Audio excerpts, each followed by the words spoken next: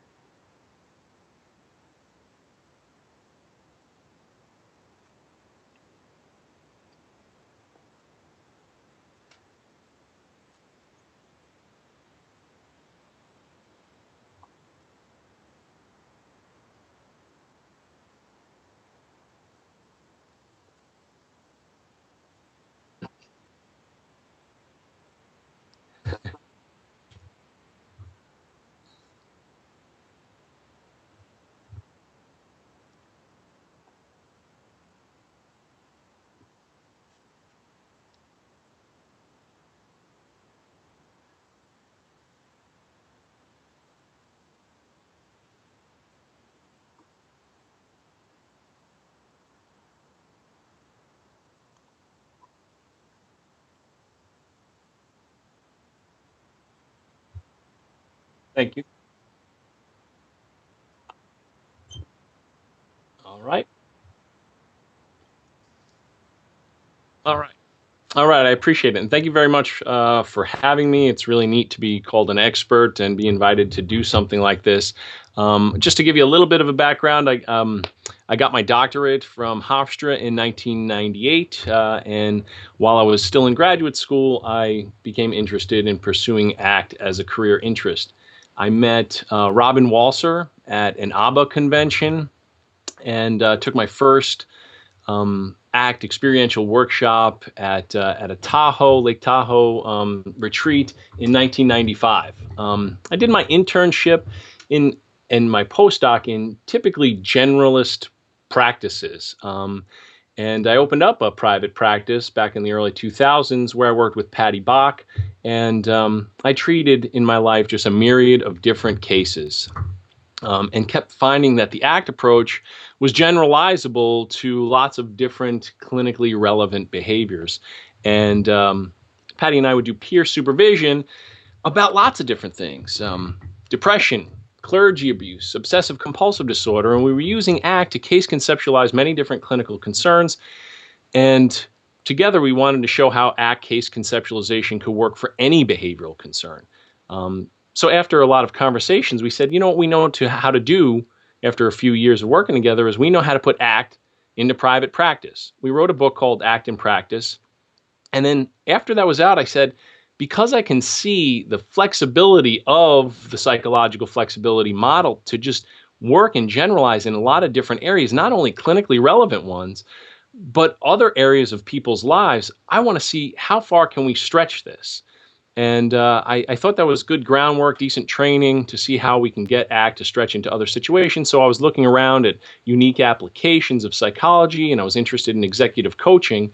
So I stumbled across the Journal of Organizational Behavior Management. They had a special issue that turned into a book called Acceptance and Mindfulness at Work. And I think, from what I understand, there are folks in your audience that have probably already come across a lot of the articles and chapters in this particular book. And I thought this is the next place to go for me, because I think I'll be able to touch more lives with acceptance commitment therapy and broaden the audience of the ACBS work by seeing how I can take what I know about ACT and my background as a board-certified behavior analyst and bring that science, those applications to more and more people rather than one at a time.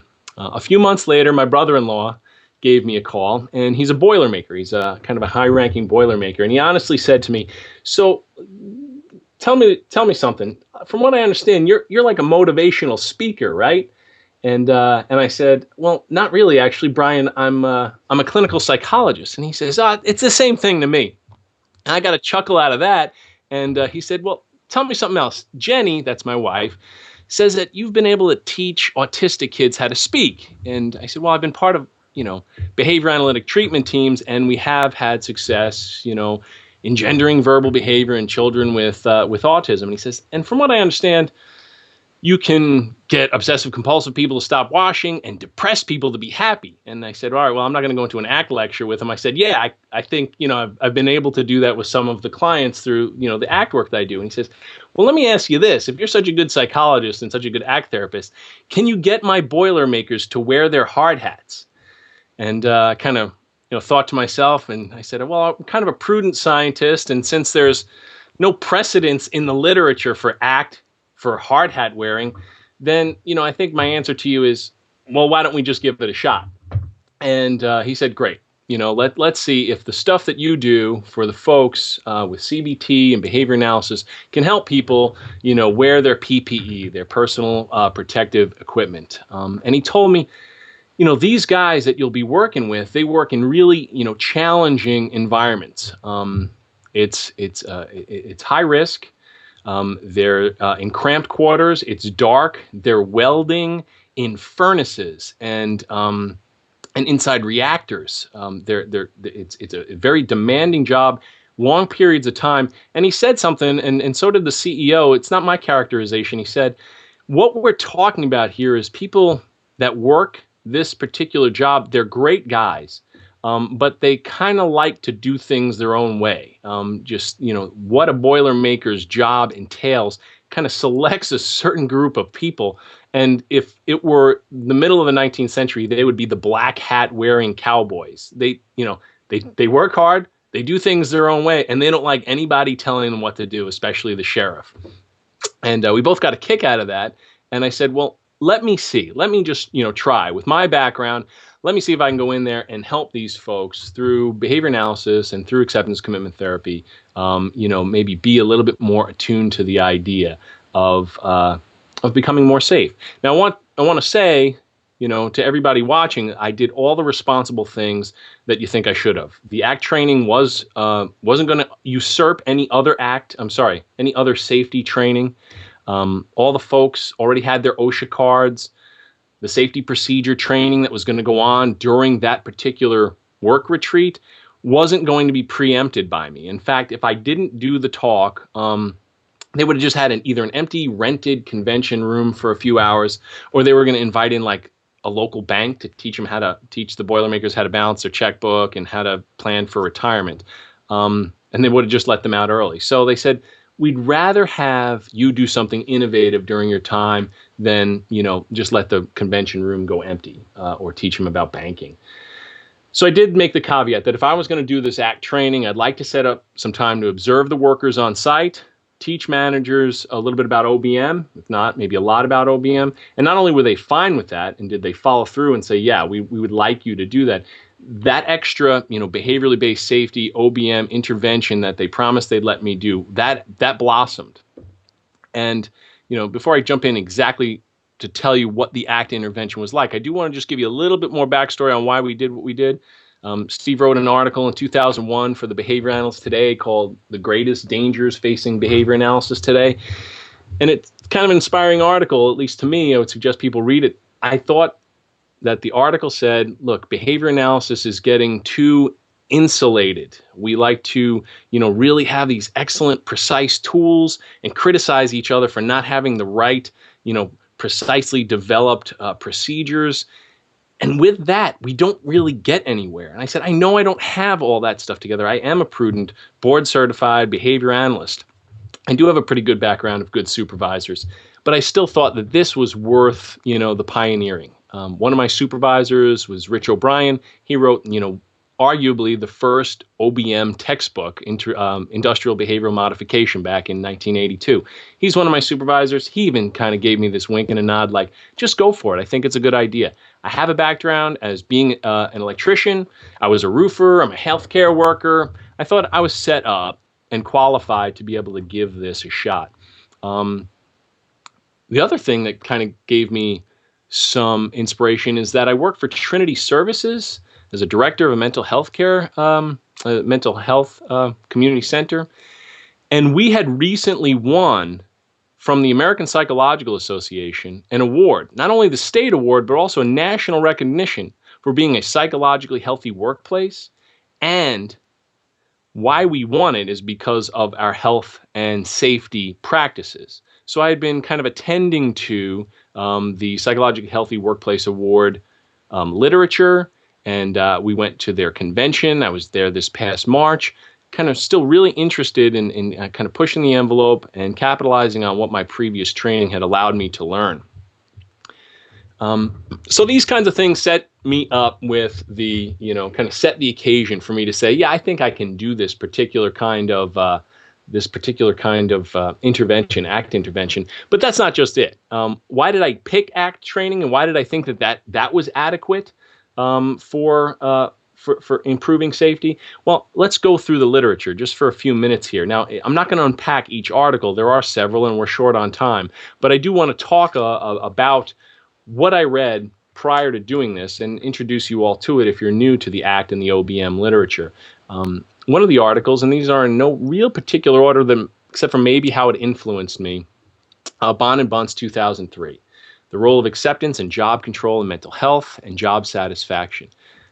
In brief, this article is a 10-page article, just to kind of conceptual or crystallize it. Outcomes of ACT training at the job can predict mental health and work errors.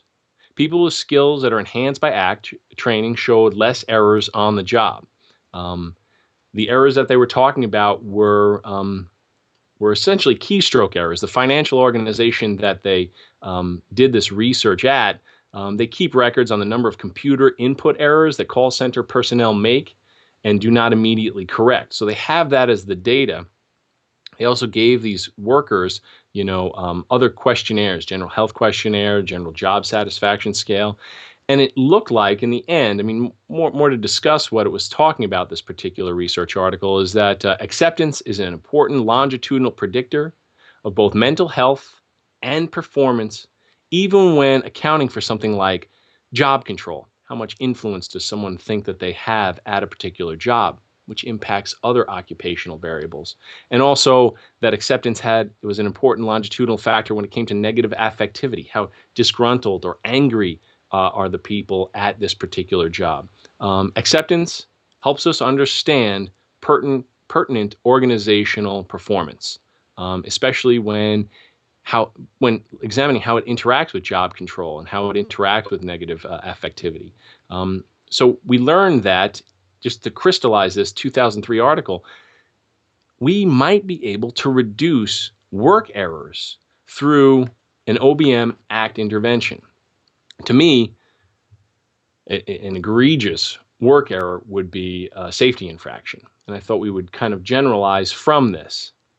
Bond and Bunce 2000, Mediators of Change in Emotion Focused and Problem Focused Worksite Stress Management Interventions, essentially said, now again, of course, this is an article that you would have to unpack in order to understand how it was done, but to crystallize, what is the main idea, take away from this that I could use when justifying going to do ACT for safety. After ACT trainings from this particular research, general mental health improved significantly and can also lead to a propensity to innovate.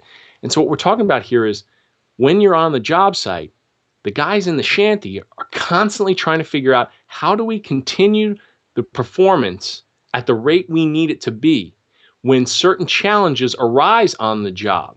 What are we going to do when all the pipe fittings are in the way of where the welding needs to go on? And I know it's not exactly point-to-point innovation, but the kind of thinking on the fly, thinking in a psychologically flexible way in order to get decent occupational outcomes or industrial outcomes. I thought that this kind of influenced me to think, yeah, if ACT can have helped out these folks in this article, not only to improve their general mental health, which would be nice for all the Boilermakers, but can also lead to a propensity to innovate, to come up with how to reduce stress and problems on the job, then I do think ACT is going to be able to kind of stretch into this safety issues. Bond and Flaxman, 2006, again, crystallizing a long article.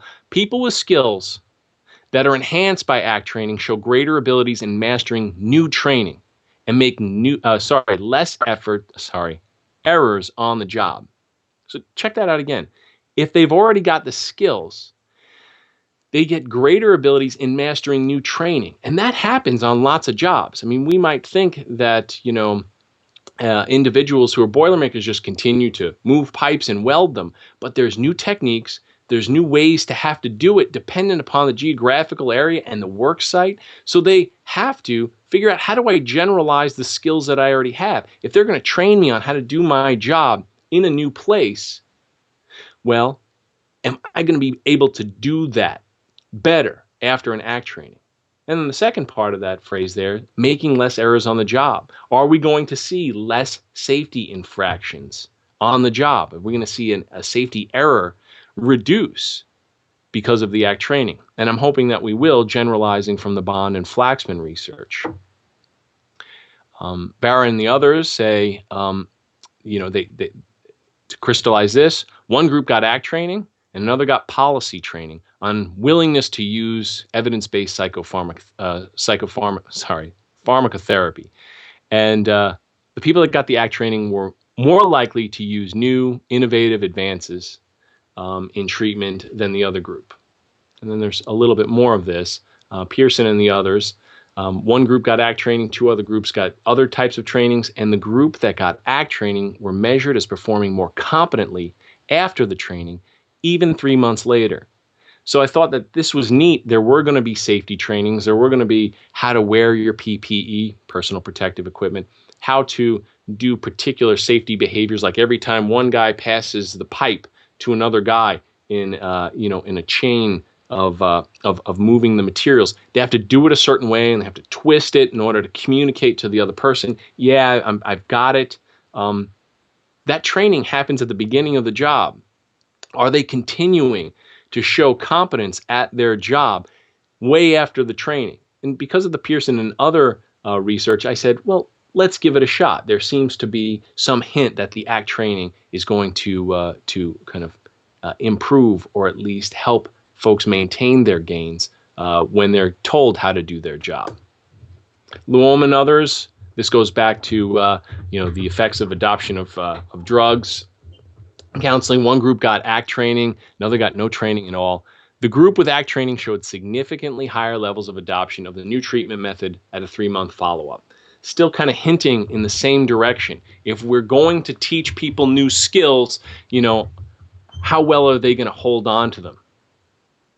These are the publications that set the occasion for me to develop an ACT for Safety program in for this particular construction company. And this was the the presentation that I put up for the folks.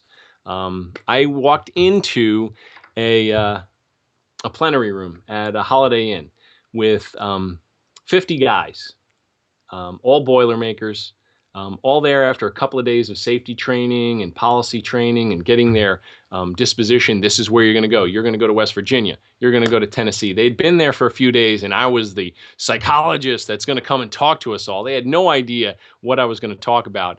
And so they were a little tired and a little curious at the same time. But I have to say that, if you think it's intimidating to walk into a room full of people that are your peers at ABA, to talk about ACT or behavior analysis, if you think you're intimidated then, try walking into a room of people who aren't your peers to do a talk about ACT or behavior analysis, especially when some of the guys have, tattoo sleeves and Harley Davidson shirts. And if you think goatees are kind of intimidating, wait till you see like a 250-pound man with like a Fu Manchu hanging down to here in a Harley shirt with tattoo sleeves.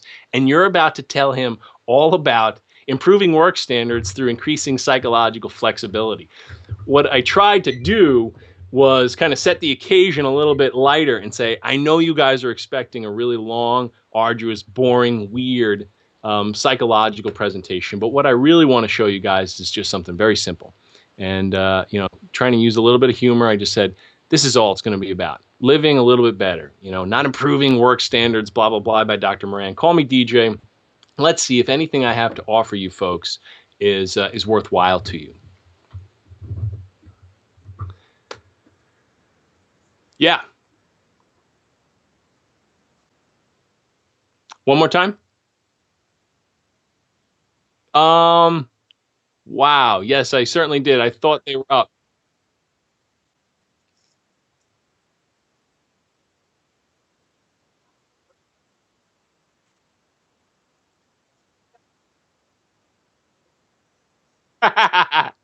Good. All right, good. The slides are kind of crummy anyway.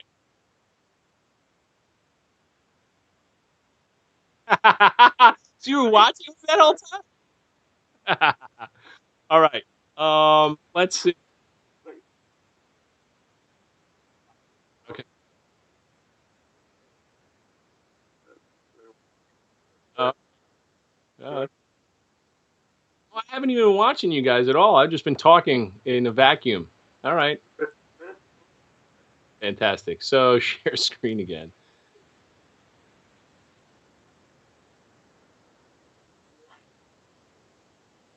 Well, yeah, I'm animated all by myself. I'm trying to entertain myself. What do I do to share the screen again?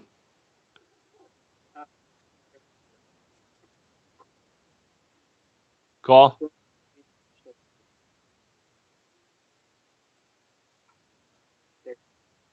All right.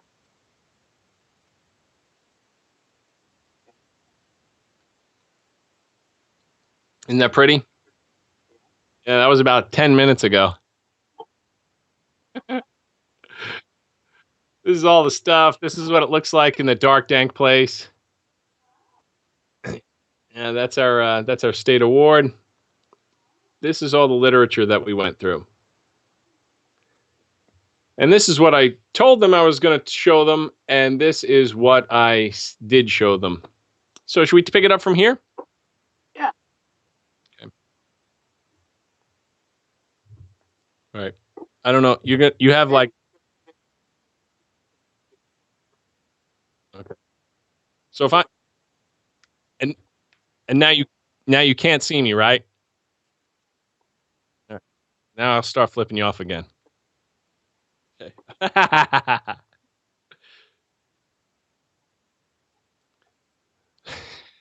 So I showed the folks who ended up being very accommodating to me, although intimidating at first, that I was planning on teaching them improving work standards through increasing psychological flexibility. But in order to kind of deflate the anxieties and the stress in the room, I said, look, we're just going to do it like this. It's the name of the talk is Living a Little Bit Better. And I just want to talk to you guys about seeing how to best perhaps be more safe, but how to communicate better with other folks and how to just kind of come at your job and anything, but we're going to put it in the context of your job, how to come at it with a little bit more flexibility, see how we can, best serve you folks. And like you find, and I'm doing a little foreshadowing here, and like you find in a lot of ACT interventions, once it took root at work, it took root in other personal, important situations in each individual's lives, and it was really neat. And we'll get to that. But essentially, what I was out to do first is say to the folks, look, one of and there are some OBM folks in the in our audience, and they know that one of the criticisms of behaviorally based safety is that it blames the worker.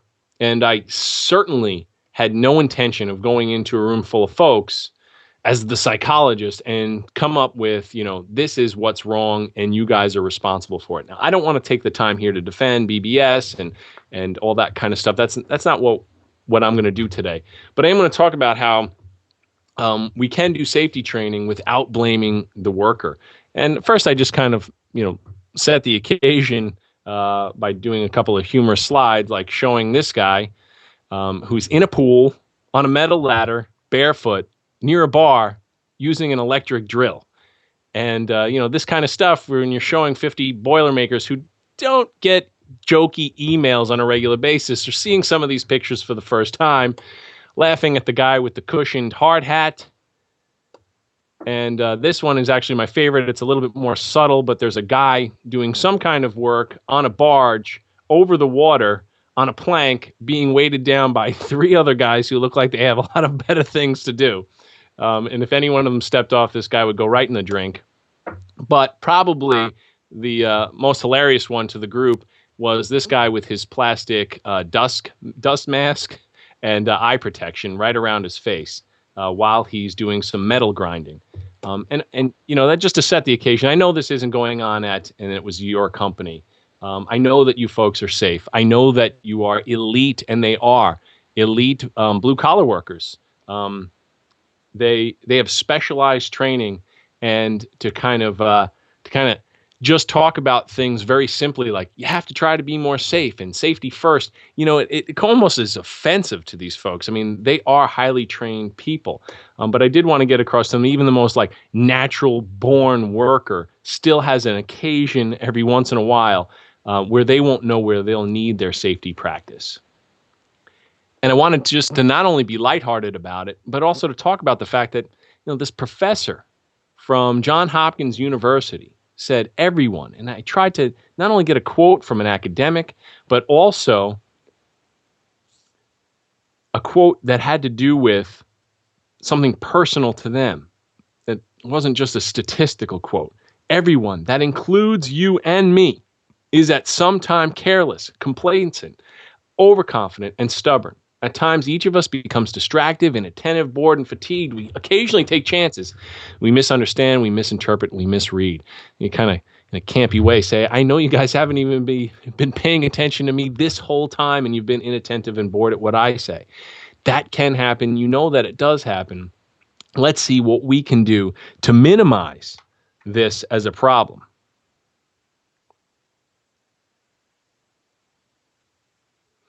So I thought that setting up this context would help the audience be open to the ACT trainings. This way they'd be willing to become more mindful, more committed and value-directed in order to behave more safely. And when I was preparing this, I do have to say I had almost like a week to prepare it. My brother-in-law called and he said, well, we're having this, work retreat next week. So, of course, I bounced ideas off people. And, one of the challenges for me was teaching construction workers to become more mindful. And there were a couple of, snickers and elbows to the ribs, like, come on, you really think you're going to be able to pull something like that off? And at first I was kind of sucked into, the humor of it. And then I started to think, wait a second, my dad was an electrician his whole entire life. And so was my uncle. And, I was a roofer and an electrician for a little while. And I didn't want to sell anybody short. I didn't want to offend anybody's purpose. I think they can learn it. I think anybody can learn it. If we're going to kind of joke around about the idea of teaching construction workers to become more mindful, then we're shooting ourselves in the foot. This needs to be a technology and an intervention that's available for everybody, not just people who might be into Eastern philosophy or higher ideas. I think that the challenge should be to figure out how to best do it. Not that it's going to be hard to do it, but how do we best do it? I did get it. It is going to be tough for some folks. Some of my closest friends, neighbors, people I hang out on weekends are elevator operators, carpenters. They're bright people. Some of them, though, could care less about something like, learning mindfulness. They're going to think, oh, I don't sit around reading Oprah books. I don't take baths. I don't go to Bed Bath & Beyond. I don't light purple candles in my house. What is all this mindfulness? The challenge was to get the skills, the core skills, not the kind of, outside kind of frilly adjunct parts of mindfulness, but the real core parts of mindfulness into people's hands so that it could be workable for them. And I said, my favorite way of getting this into people's hands was to say, if it's good enough for these people, Phil Jackson, Chuck Liddell, Lyoto Machida. Both of the last two are UFC champions. Hopefully, you know who Phil Jackson is, but I'll describe him in a little while. Howard Stern, top of the game of all entertainers, especially in the radio, and plus having a picture of a beautiful blonde wife that he has right next to him in a room of 50 Boilermakers kind of went over pretty big.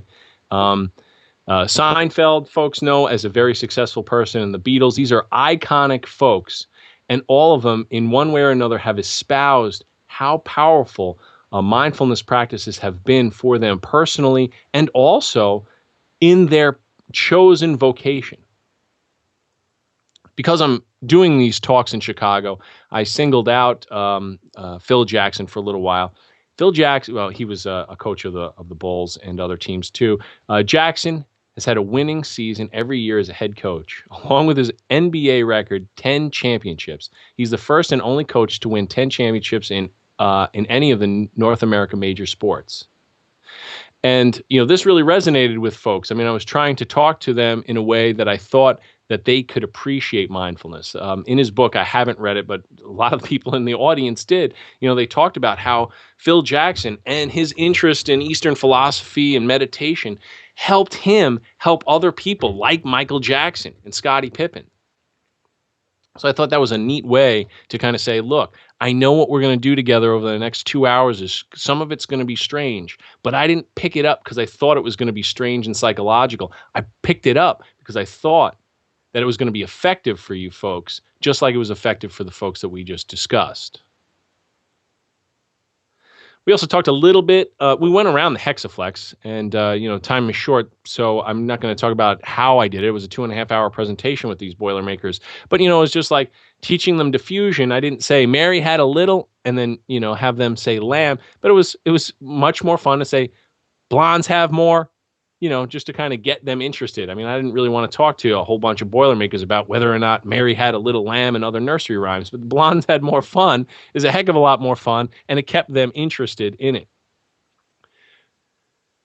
But the other important thing I want to highlight just for a few more minutes is teaching the construction workers about value-directed safety behavior. And we talked about a 66 Chevelle ride that I had taken. And I put it in a context like this, and it's pretty neat just to kind of put something up there for folks to enjoy and to kind of like take their mind off the fact that they're in a psych lecture. I just started talking about cars for a few minutes, and I said, when I learned to drive, it was in the 80s in New York. And it was before the seatbelt laws. So we used to just drive around without wearing our seatbelts. And when there was no... When the contingencies, talking to you folks, and the contingencies just seemed like they were distal. I'm never going to get in trouble. I'm never going to get caught. I'm probably, as a teenager, with my teenage myth, I'm never going to get hurt. I didn't wear a seatbelt. And then the law was passed that you had to. And you were still not really doing safety participation with your seatbelt. You were doing safety compliance. And you'd only wear it if you got pulled over, if you were driving by, a school zone where the crossing guard was going to be, if you drive by a roller, you say, oh my gosh, let me put my seatbelt on. But a lot of folks, myself included, I told it more of a personal story. I just wouldn't wear it because of the legal issues. I just, that didn't motivate me either because I had to be safe. Wasn't enough. After a few years and having a couple of kids, and having it just become more of a fluent behavior, and the fact that if I didn't buckle it, that annoying noise would just keep going, and so it was a negatively reinforced behavior mostly. I got into the habit of wearing my seatbelt. But just the week before that presentation, I got into this 66 Chevelle, and I had the worst time driving around Long Island, New York, where I used to drive around without wearing a seatbelt ever. I was really nervous and really frustrated and scared, and the reason why is, guess what? And a lot of the people in the audience knew. And if you take a close look, you can tell yourself, there are no seatbelts in here. There's no seatbelts in this car. I said, why did I feel like I had to start doing more safety participation in this context where even driving around a car back in the 80s when I didn't have to wear one, I didn't. When I had to wear one legally, I still didn't. But now I could probably get away with it because the car doesn't have seatbelts, but I really want the seatbelts on as I borrow this car as I'm back visiting New York. Why? Why? It's because I have kids. I have a wife. My safety is critically important to me now. It's more important than driving this 66 Chevelle around an old neighborhood without safety, without the safety implements in place. I want some of you folks to think long and hard about why you would want to wear your safety belt. Why would you want to wear your hard hat? Why do you want to wear your other PPE, your personal protective equipment? Not because the OSHA guy, the narc, is going to, give you a check on your negative checklist. It's not because of the fact that you have to feel like you comply in the peer pressure. It's not because of some kind of rule-governed thing just to get someone off your back. Why do you want to? And so we went through the values checklist of, what's important in your lives. Why do you do this particular job? And some people raise their hand and they say, well, I just do it for the money. And then you know how to do a values intervention. Well, why the money then? Why do you need the money? Why is it still worthwhile for you to keep yourself safe? And surprisingly to me, this resonated. Maybe I'm not taking the time now to explain it because we aren't doing the values clarification exercise, but this resonated that during the break, a lot of people really just nodded their head and said, I've never thought about that before. So we went around the whole entire Hexaflex. I did it in a way that I thought was palatable for folks that were essentially construction workers. I tried to interpret things as simply as I could. And get it across to them in terms like, talking about a 66 Chevelle, blondes have more fun, UFC fighters do mindfulness, and the overall afterward kind of assessments were really kind of neat. Just right afterwards, I said, guys, I'm not going to test you. I'm not going to give you a questionnaire. I'm just going to give you an index card on a scale of 1 to 5. 1 being this was completely unhelpful and 5 being this was totally helpful. Just give me a number. That's all you have to do is write it. Don't write your name on it at all. And the mode for the first time I gave it was a 4. Very few 1s. And I think the mean, I don't have the numbers right in front of me. I'm sorry, I should prepare them. But it was somewhere around like 4.2. The next time I gave it to the same company, but a different 50 folks, the mode that time was 5. And I think the mean was somewhere around like 4.7. Same type of group of folks, just that I had improved it. And I think probably it might have been tainted a little bit by the fact that other folks had really internalized and made this ACT for safety training part of their culture. So it was really, kind of well received by folks. But then I wanted to do follow-up. And like I said, I wanted to do other OBM, behaviorally based safety kind of interventions as well. And what happened in the follow-up is we did a leadership summit, and I met with all of the managers, foremen, CEOs, and some of the guys who no longer go to the job, but that's because they've been doing the job for 20 years. And we did a lot of, we did just another kind of ACT for leadership intervention, and that took about 2 hours. And I got a lot of really neat feedback from that. We started doing OBM work in their warehouse to make their warehouse more safe. They flew me to West Virginia so this way I could actually be inside of a furnace at a power company. Met with the folks, taught them OBM, taught them about checklists, taught them about safety procedures, taught them about reinforcement. The neat thing is I didn't have anything to do with this. I taught them the Hexaflex, and they made these hard hat stickers. I had literally nothing to do with it. They just took the principles. They took my my PowerPoint with the hexagon on there, and they made these, and they're reflective, and they put them on people's hard hats to help each other remember what the training was all about. Now I understand that these are only antecedents, and then having a sticker on someone's hat doesn't make them more safe. But the idea is that they're trying to imbue their culture with the ACT approach. So these are pretty neat, and I can send stickers out to people if they really wanted them. And they're on my hard hat right now. Folks understand that there needs to be follow-up. I mean, OBMers know, if I leave the job site, I mean, when DJ and PixSlide Consulting leaves the job site, who knows if there's been buy-in? Who knows if they're going to continue to do anything like this? And so, what was neat that we did is some of my supervisees and my interns, we recorded, I used my podcast equipment, and we recorded 1 minute to 2 minute ACT exercises that were targeted for this particular type of audience. Just little reminders of what acceptance is all about. How do you do a 30-second mindfulness exercise? And we did it because the managers and the foreman said, we love this stuff, but, I'm a Boilermaker. I might be a foreman, but that doesn't mean I can lead these kinds of things. So we recorded them, made them MP3s, and they burned them to discs. And at every safety meeting, and they have 2 a day, at every safety meeting, they play one of them. And so we are recording more and more of these, and they've asked us to start doing video. And so we're going to do a video of mindfulness exercises exercises for each domain on the Hexaflex. We're going to try to shoot for 5. So a total of 30 different exercises that they can watch at different times of their safety meetings. And that's how we're doing the follow-up to kind of really reinforce the ACT model. And for committed action, for the committed action part of that, they're going to review behaviorally based safety and just typical kind of safety training issues that are also going on day after day after day. Are there any data to suggest that this particular, intervention that I did was worth doing?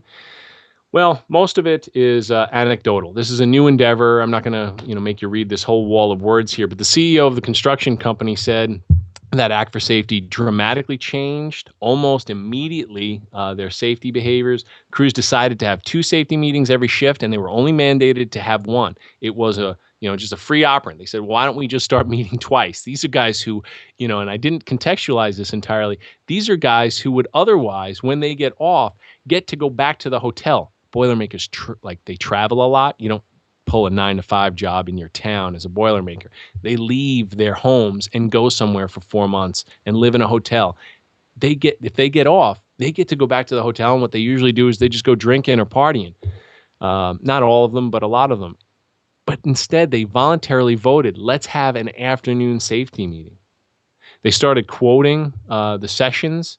If you folks don't know it, I'll say it really briefly, but the expression "let go of the banana chip" comes from the monkey trap exercise, where a monkey, reaches into that gourd that's tied to a tree for some banana chips. And the reason why he does that is because, the monkey hunters put it there. And they know that as soon as they start whooping and hollering and chasing after him, he's not going to be psychologically flexible enough to know, if I just let go of these monkey chips, these, small-term, short-term reinforcers, then they know that monkey's going to be stuck there. All he has to do is let go of this, proximal, crummy little reinforcer, and he can get away. But the monkey holds on to something instead of just let it go, and then the monkey hunters catch him. I teach that to the Boilermakers, and they actually, just this group of Boilermakers and specialized construction company workers, throw around "let go of the banana chip" as a mantra and a phrase to help each other deal with problems that come up on site. He says, this one CEO, this is a concept, and the way we teach ACT might revolutionize the construction industry. We're not talking about somebody who just had, a really small idea. In becoming a Boilermaker, this particular organization is enormous and has done work in almost every state except, I think, Alaska and Idaho, and they've even done work in Africa. We're talking about a national, multi-million-dollar organization. And so he has a pretty good perspective on it. He was really jazzed about the ACT stuff. There were also other adjunct self-reports that came up. I kind of befriended some of them, or I guess we're acquaintances, but they come up to me and they say, after that talk that you did, I decided to get myself into a 12-step program. And somebody else actually said, well, I've begun to pay my child support, which is pretty neat.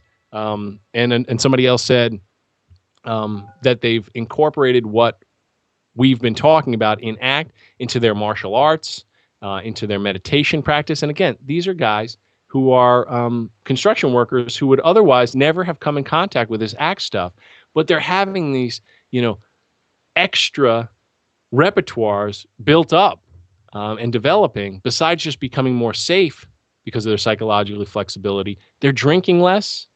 They're joining their support groups, and they're paying child support. Not they. We're talking about an individual in each one of those kinds of things. So, I mean, pretty neat stuff came through these kinds of trainings. Is there anything quantitative that I can say? Well, this just started for me, so I haven't really been able to throw measures into it personally. But again, anecdotally, they did double their safety meetings without being asked to by anybody. And it only came after the ACT training. And the next step is to start to do more quantitative work. But there was also, and I'm borrowing this from Sarah Van Stel. Eric Fox gave this to me, and he said he was the supervisor. Eric Fox was of Sarah's master's thesis, and they did try to do ACT on safe posture in order to reduce musculoskeletal disorders. Now, this is its presentation all in, among itself. So I'm just going to, steal one more slide. And so the overall effectiveness of doing the ACT module in order to improve safe posture to reduce musculoskeletal disorders, the ACT module increased safe posture for some participants. And that posture that had a downward trend during baseline stabilized following the ACT module. That is to say, it suggests that if the ACT intervention were not implemented, that it would be possible that safe performance would have continued to decrease until it bottomed out at zero. So I'm not the only person doing this ACT for safety stuff. Of course, the results are still, it's still very tentative. We're just starting this stuff out, but it does look promising, and it's something that I've become very interested in. So if you want more information, if you want this slideshow yourself, you want to continue to talk about it, feel free to contact me at my consulting company called PickSlide. It's just dj@pickslide.com. Is there something I should do in order to get you guys back to, for me, videoing you? Or yeah.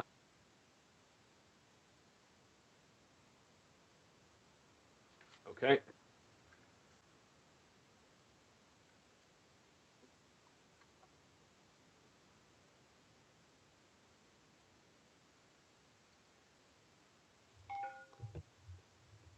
Sweet. Great.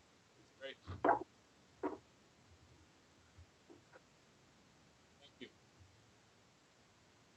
Yes.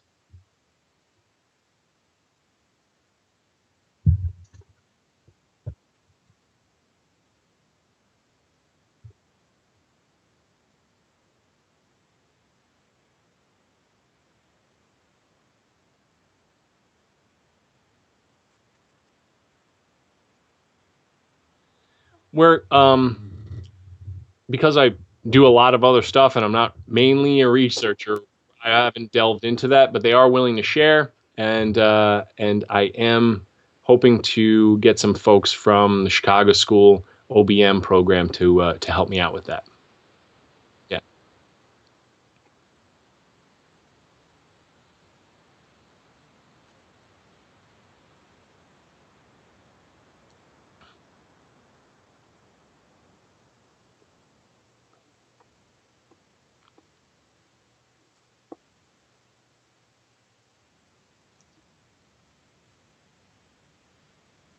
Hi, Donnie.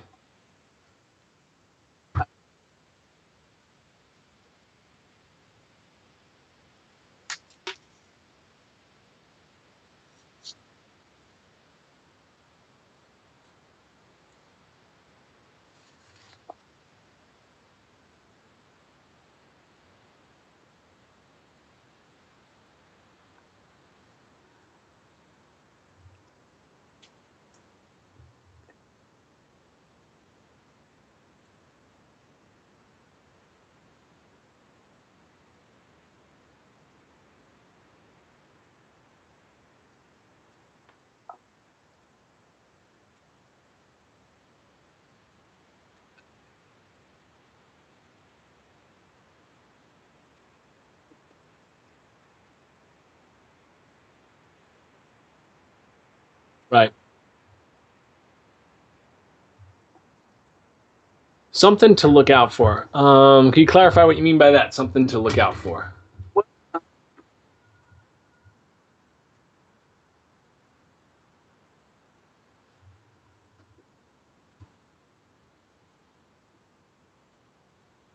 Yeah. Oh, okay. Yeah. Hmm. I don't think I ever said the name of the organization I'm working with, and I am working more with more than one. So I'm going to answer you directly. I remember saying something along the lines of being very libertarian and saying, we can't use this stuff to make people value what we want them to value. I mean, I get that. And one of the folks, and they may or may not still be with one of the companies I work with, I was talking to this particular person, and I said, "We can't brainwash them." And he goes, "Well, that's what I want to do."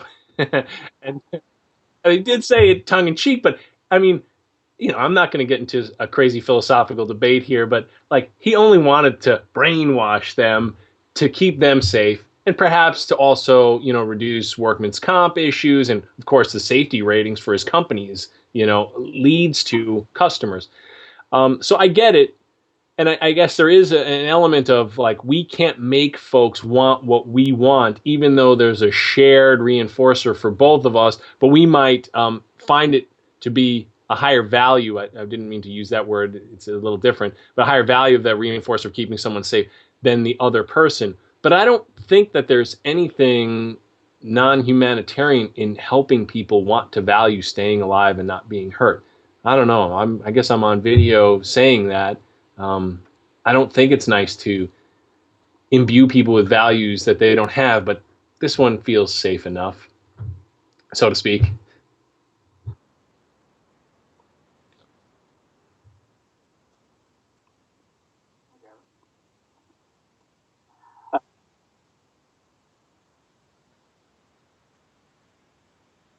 Nice to see you.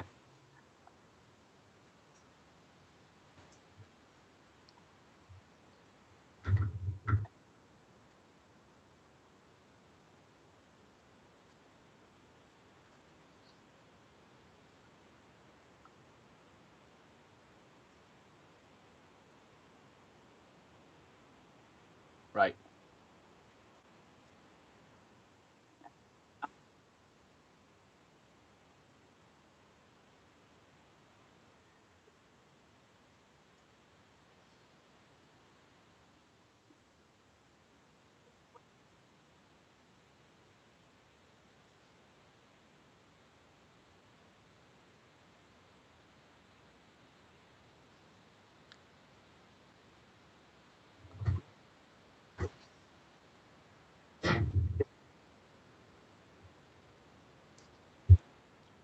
Yeah. Great. It's a great question. I think someone needs to take a good hard look at it, and it is something that I've been interested in figuring out myself. Um, if I just take a second here, 2009 article. I think it was back in November. I don't have it off the top of my head. I could send you the link, but Christian, Bradley, Wallace, and Burke talk about culture. If you want to take another look at another slide, I can put a slide up, but we have to go through the rigmarole of me having to try to do that again. But this particular article, Christian, Bradley, Wallace, and Burke, 2009, I think it was a Journal of Applied Psychology. Excellent article, is essentially saying that when you boil it down, if you're interested in changing safety outcomes, accidents and injuries, if you're interested in getting rid of the unintended occurrences and getting rid of the damage or the harm done or suffered by a person, it really does statistically boil all the way back down to leadership. I mean, I got to admit, I was an academic for a little while. I enjoyed it. I'm much more of an applied guy. I love being an applied guy, both as a clinician and now as a consultant. I can't do the memory of what all was said in the particular article down to the p values. But it was, to me, a pretty convincing argument that it really does boil down to how the leadership works. And so check out that article, and you'll see this kind of, I don't even know if it's called a linear regression, but just this really neat hierarchical. It's not a statistical thing, but a really neat flow chart all the way back to how leadership manages safety has an impact. It does account for the variance of safety outcomes. So check out that article, and I think it might answer it for you. But having read it, then I do think, yeah, I have to get leadership. Well, it would be prudent and workable to get leadership involved. Does that answer your question? Okay. Yeah, sure. Good.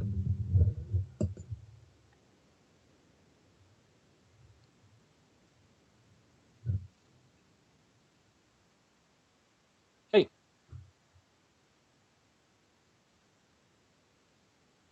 Right. Oh,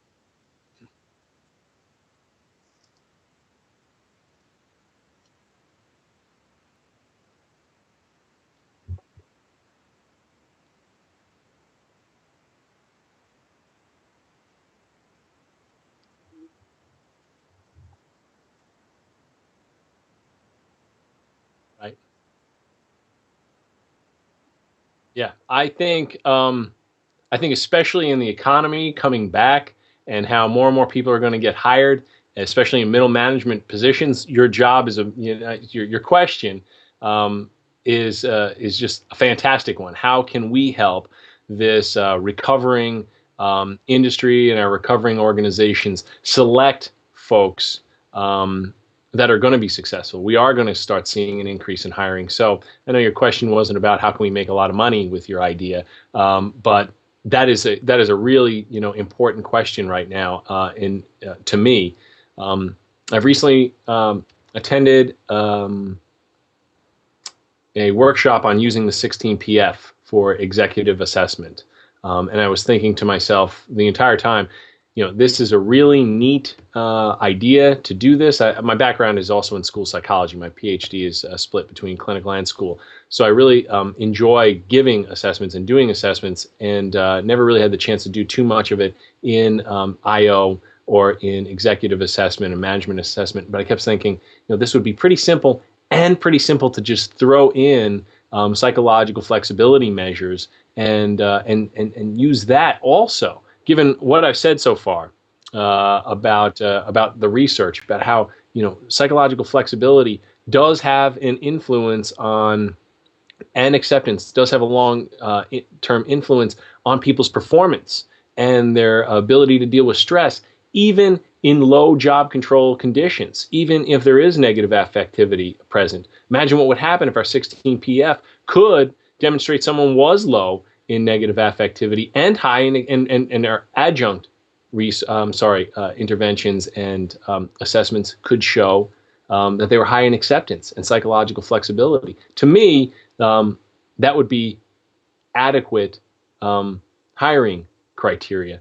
I don't have any data for it, but it does seem to be a good research question. Yeah, good job.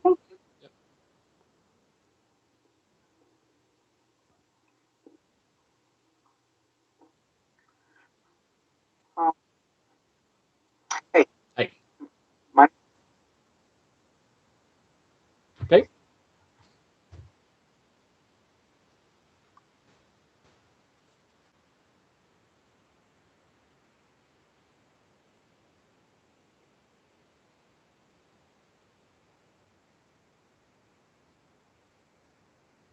right, right, yeah,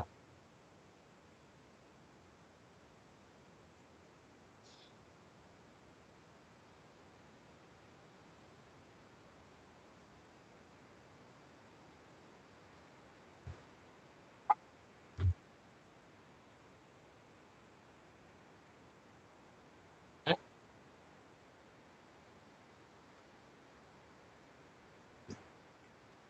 okay. All right, great.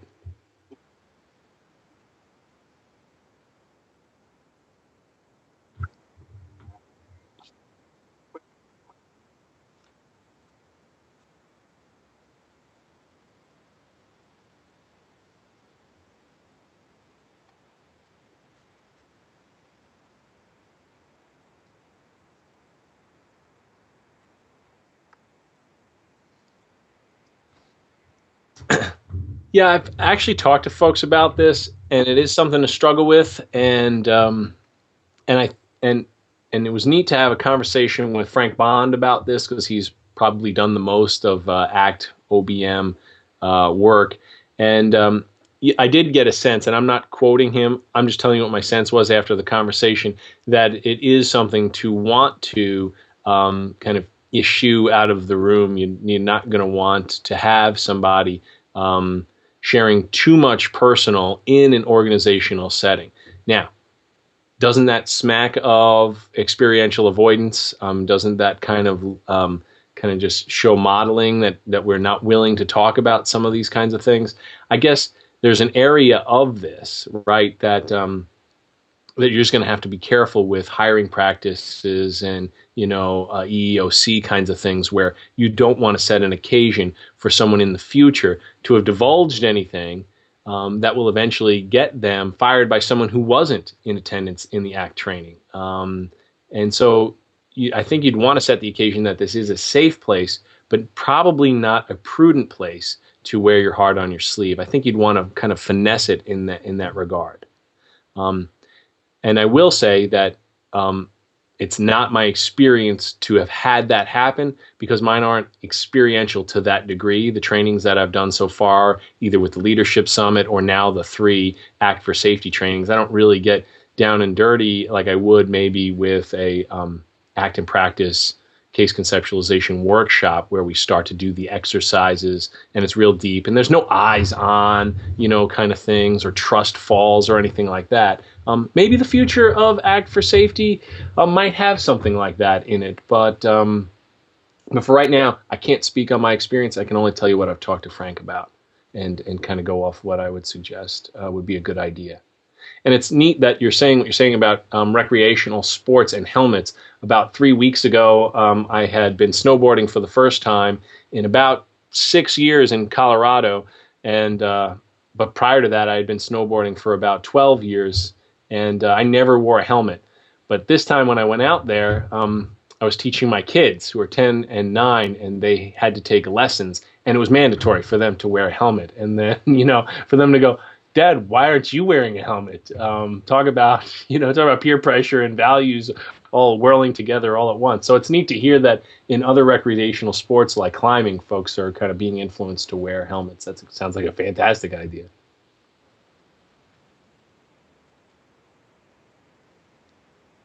Right. I don't doubt it. I don't doubt it. Yeah, neat. Thanks.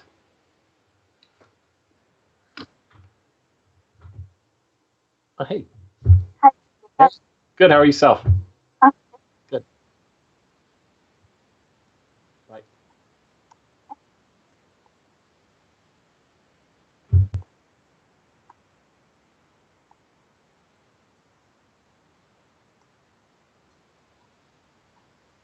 Okay, cool.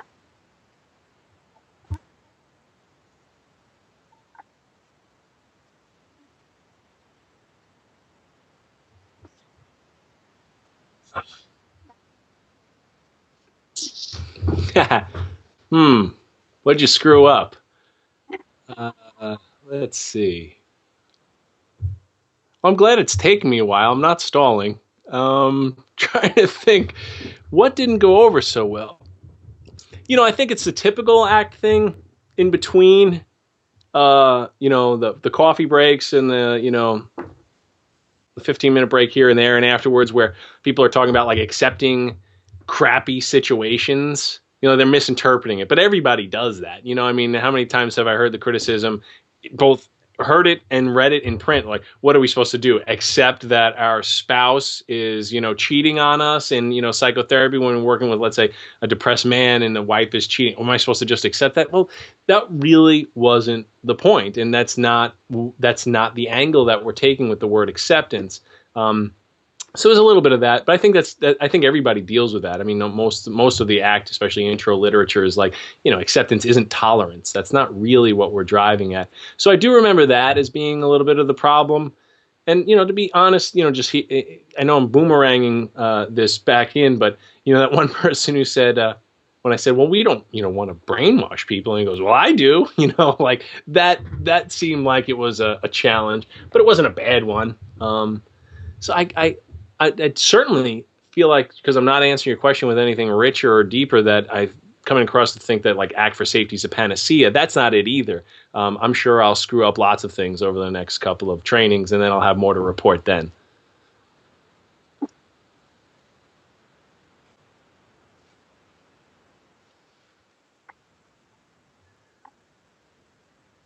I think the way it went, I lucked out the first time where, it was just fortunate. The guy said, if you don't come, then we're going to have a banker here. So I didn't really have to, really, crowbar my way into the organization in any way. My brother-in-law was already kind of a high-ranking Boilermaker, so that's how I got the foot in the door. But I guess the way that we're approaching it now, I haven't really been able to conceptualize it in any way but leader first. And maybe it's because of the Christian and Others article. It might also just be practical. I'm working with a few insurance companies that are essentially saying to folks, look, your insurance ratings are too low. If you want to not lose your insurance, or you want your premiums to stay reasonable, you need to get safety training. So the leaders already just are practically more invested and kind of interested in having safety training. So hopefully that answers your question. Sure.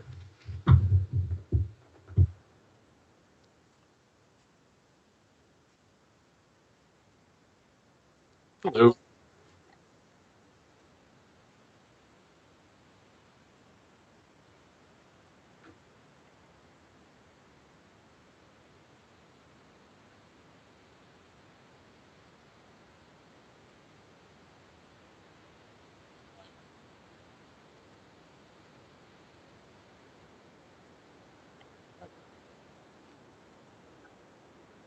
Right. Well, I guess my first attempt, I'm getting feedback, and I didn't get it before. I can hear myself talk. Okay, can't anymore. Great. Um, I think I've struggled with that, and we don't have anything longitudinal yet. Nothing in the literature. Nothing Frank Bond's done. I'm kind of concerned. Like, I don't want to be just another safety consultant, and I don't mean it from an ego thing. I think that what ACT has to offer, and functional contextualism and behavior-based safety, and like this 21st century functional contextual approach to behavior, I think is going to imbue a lot of really neat things into kind of, if I can, old school OBM kind of stuff. I think what I want to do is not just be another consultant. I care too much about the safety of people, just like my father, just like my uncle, to kind of look at this as, this is a way we're going to, make money, collect data, and publish it. I really want people not to die or be injured. So I don't want this to be a fly-by-night, now we're trying this. I want to see how we can actually build in something that is long-term. It's inherent in the model. I've got no data to say that it's true that committed action is going to make it last for a decade in an organization, but I do think the committed action piece, combined with the values piece, what does this company stand for? What do the leaders in this company stand for? What's important to the people who work to this company? That doesn't go away. That just it doesn't disappear. So I think the sustainability is, and this definitely needs more sophistication and fleshing out, but the sustainability, I think, it's whispering inside that. Like, if we continue to care about the same things, then we're going to continue to do the things that we know influence behavior in positive ways and reduce accidents and injuries, increase safety compliance and participation. So as long as the values don't change, I think we're going to get that buy-in. And then we talk about committed action, the way that ACT therapists talk about committed actions to people who are substance abusers going for treatment. Look, this is a long-term thing. We're going to keep working at this. And if you slip on a commitment, you start it again. You continue to commit in that direction. The way an ACT therapist might look at relapse prevention. Beyond that, I'm trying to develop that how to get ACT into the shanty kind of thing. A shanty is just the little small shed that people gather in, and they have their lunch and their safety meetings in. And I just think, I don't want to train people, because this is one of the consultants' errors, right? They set up antecedents ahead of time, like, do this. Everyone's on board. It sounds great. And then, they go and do it for a couple of days, but there's nothing reminding them that's a good idea. I mean, this, accept and commit on the side of my helmet, that's not enough. That's not just that just serves as a meager antecedent. There's signs on the side of the highway that say speed limit 55 that everyone buzzes by at 70, 75 miles an hour. So I know the stickers on these hard hats, that's not enough. Perhaps the combination of an ACT intervention to get people in touch with their values in the morning and during the lunch break safety meeting, a reminder of what it's like to be mindful, and what an I am here now experience can do for them as a person in general, both in safety but in other realms, and a reminder of that with a follow-up, and then also talking about what it's like to accept the frustration of having to do something and diffuse from unsafe ideas, and a reminder of that on a regular basis. I think that might be sustainable. I'm not saying it's unique to come up with ideas to remind people throughout the throughout safety training. That's a good idea. But I think combining that ACT for safety with behaviorally based safety from a 21st century point of view, I think we're going to see some neat outcomes. There's a bunch of stuff out now. Is it Geller? Somebody's got something called values-based safety as an intervention that I don't know anything about, but I recently got the book. But it's a values-based safety program, and it's written by a behavior analyst. And I know Geller has a couple of books that do seem like they're not just using Skinner's principles of reinforcement to maintain safe behaviors. So I'm hoping that the combination of how to engender psychological flexibility and how to use OBM from a 21st century point of view, I hope that is going to lead to the sustainability. And I think it would be neat to help people do research on that. That's a great question.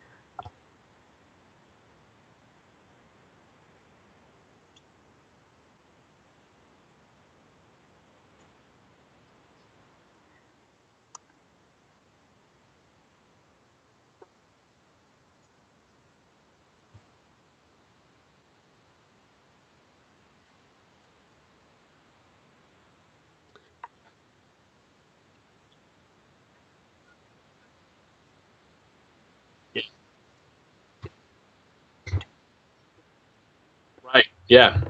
Good question.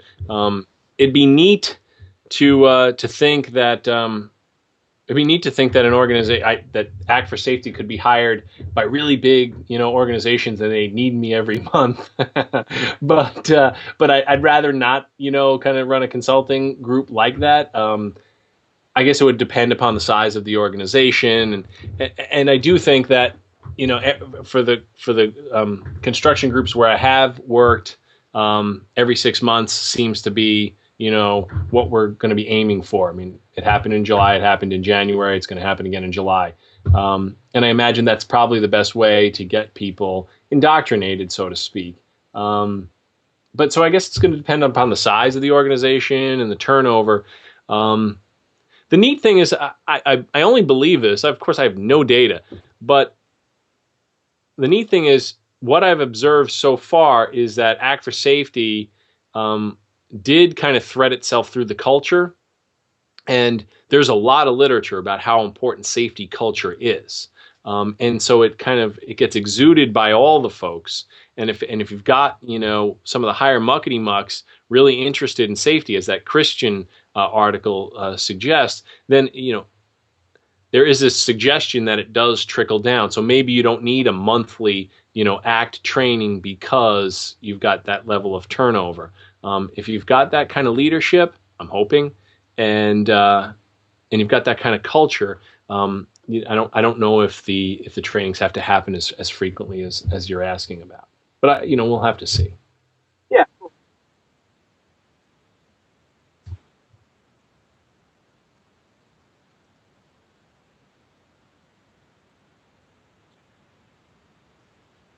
Right. Excellent. Yeah, excellent point. And plus, when the organization uses those MP3s, soon to be videos, hopefully that's enough of a kind of a foreshadowing or enough of a taste of what we're talking about to get people more safe through the ACT model. Yeah, good question. Thank you. Yep.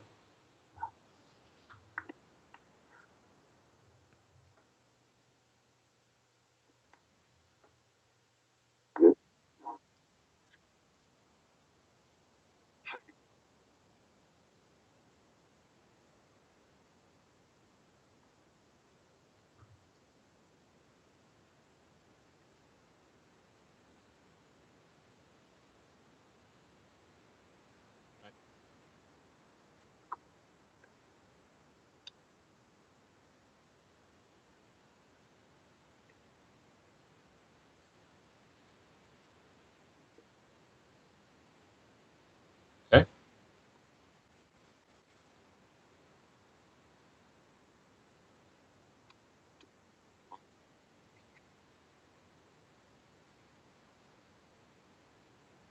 Right.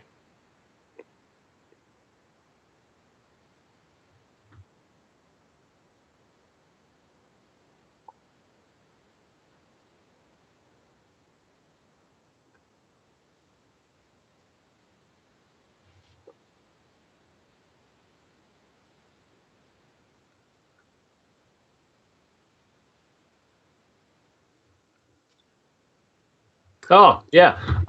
I think what you're saying about culture being shared values, shared languages is right on. As I mentioned a little bit earlier, I'm not going to keep backpedaling like this, but I'm not a font of chapter and verse. I can't tell you that Smith and Jones 1997 said this about culture, but everything that I've read about culture and safety culture and getting behavior to change in positive ways in order to reduce accidents and injuries does relate back to having a solid safety culture, and they talk about stuff like management, commitment, hiring practices, the safety systems, the supervisor support. They talk about reducing job risk. What are the internal group processes? And those are like the situation-related factors. But then there are person-related factors that we need to kind of also consider. And that has to do with conscientiousness, neuroticism, locus of control. The safety attitudes and the job attitudes people have.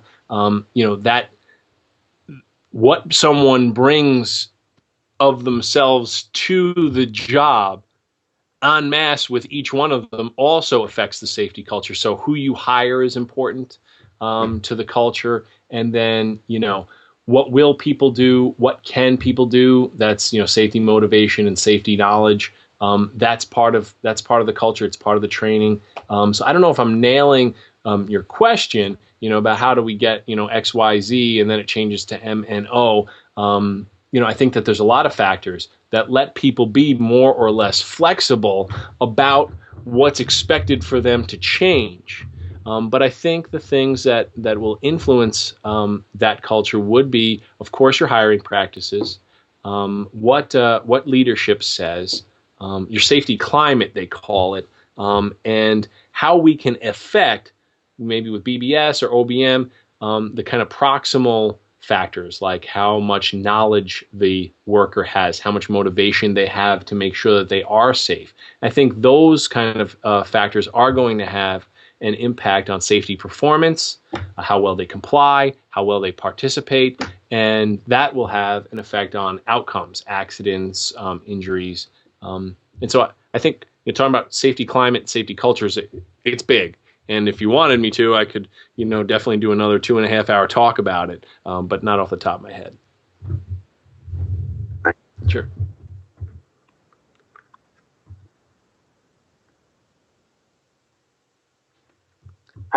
Hi. Good to see you.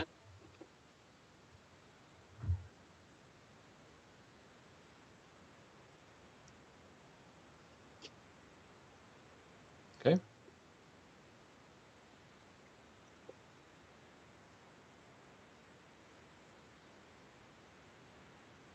Yes, that's right.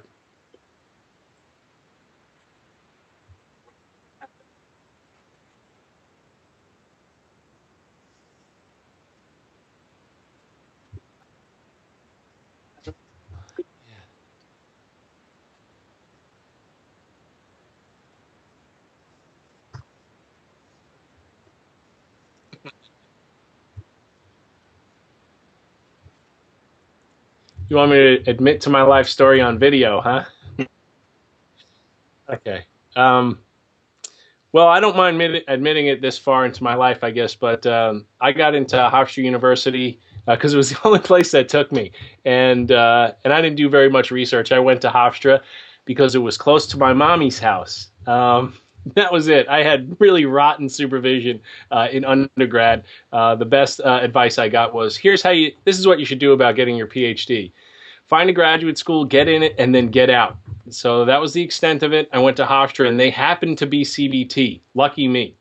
Because I also applied to Adelphi where they were psychoanalytic. And if I got in there, who knows what would have happened. But lucky for me, I met some really neat people at Hofstra. Mitch Scher, Rich O'Brien, and Kurt Salzinger. All really kind of, they helped me get here. And I mean that. I mean, I'm not just making that up. I'm not trying to come up with a sappy kind of story here. I wasn't raised in an environment where you're supposed to become a psychologist. Everybody in my life in one way or another was a blue collar worker, and a little kind of raised eyebrows when I said I wanted to become a psychologist. But what was great about that was that I wanted to learn a psychology that would dignify doing what I was doing in the presence of their doubts. I wanted to be able to walk into a gin mill with my father and say, yeah, I am a psychologist, and I have no qualms about it because what I do has evidence behind it. We're not doing tea leaf reading, and I'm not going to ask you to tell me about your dreams. I'm going to do the kind of therapy that has evidence behind it. I want to dignify my time and studies and people's tax money and their time to come and see me. So when I went to Hofstra, I lucked out and got into CBT and especially behavior analysis. And I was really just lucky because they kept saying stuff like, show me the data. Where's the evidence for this? And Rich O'Brien teaching me a lot about, having actual behavioral effects, not only in your research, but on the clinical endeavors you do. Paper and pencil tests just aren't enough. And so that's how I got turned on to this kind of work, was just, hey, I think it works, and at least that we have evidence for it. Out of nowhere, I needed money. There was a billboard said, hey, we need you to take care of an autistic child. And I said, I could do that. It was $20 an hour. VP of a record company was the father of the son. I was like, this is a great job. I'm learning how to use behavior analysis in taking care of this child with autism, with a family. That's really neat. And it ended up being supervised by Mary Jane Weiss of the Rutgers Lovaas Replication Project. Really just kind of like ingrained the idea that behavior analysis works, and gave me that opportunity to see lots of folks with autism diagnoses. And so I just like 5 years of doing lots of, which one's bigger, and a lot of that table time stuff and running my own programs. And that's what gave me the background with the developmental disabilities. and that really kind of hardcore applied behavior analysis approach. Well, while all that was going on, I got invited to ABBA in '94, and I'm going to admit this on camera here. And if someone thinks it's not a good idea, please edit it out. But while I was at a talk, Robin Walser was talking, and she winked at me while she was on the dais. Okay, she winked at me. I said, "Oh, Robin winked at me. I'm going to have to talk to her." Next thing I know, we're friends. And she taught me all about acceptance commitment therapy. It sounded like it was close enough to behavior analysis and the stuff that had evidence behind it for me to follow up.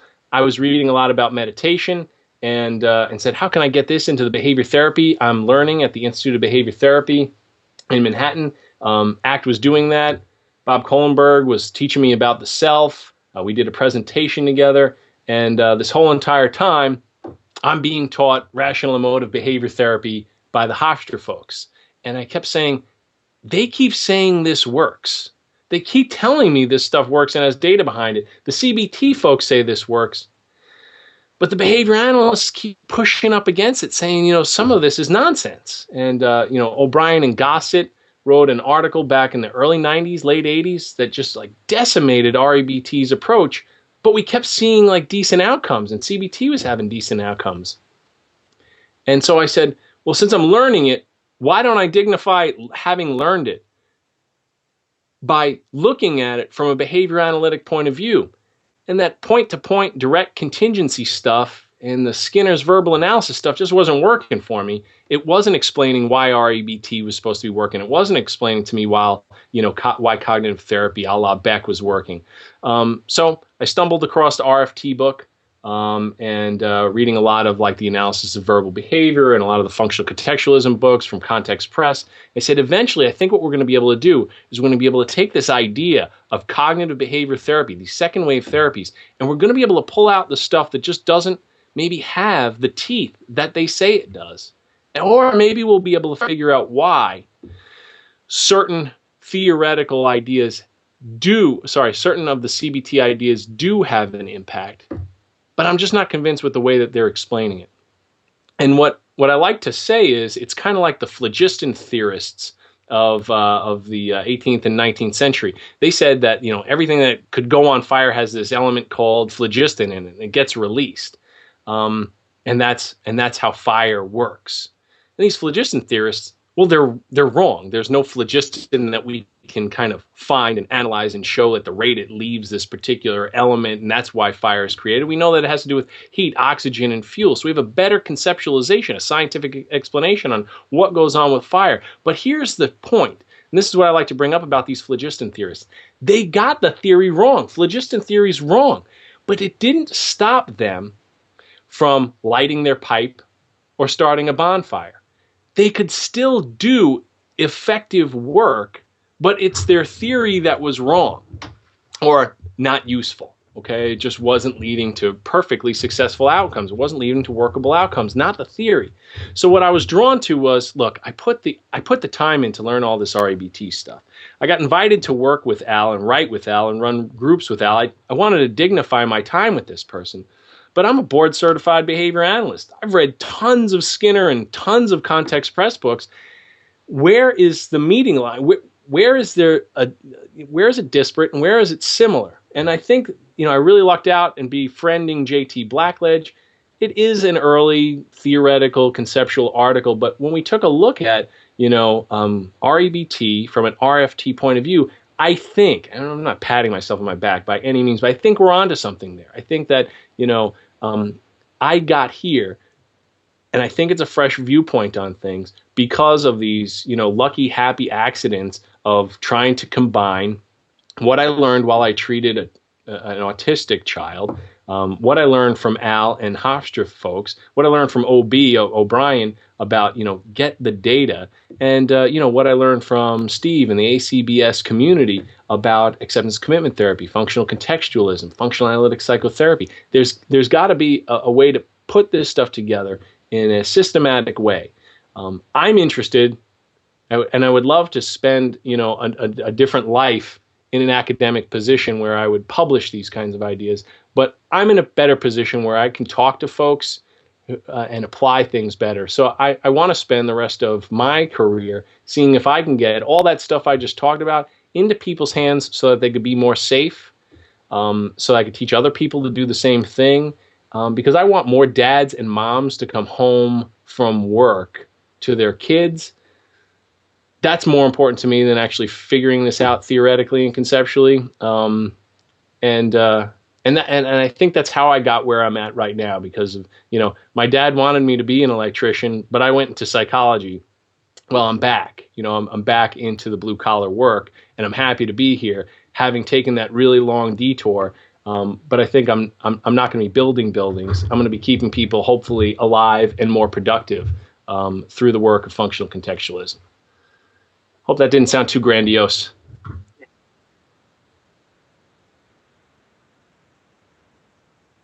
Oh, yeah, thanks for asking.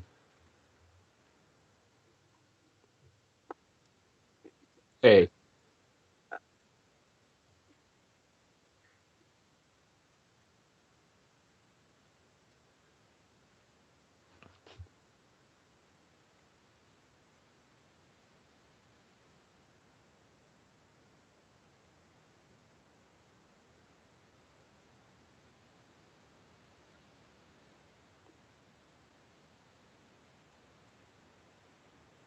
yeah,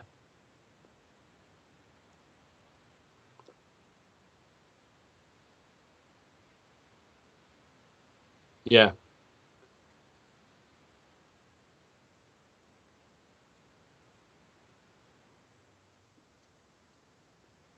yeah. Okay, yeah, I'd be happy to do something like that.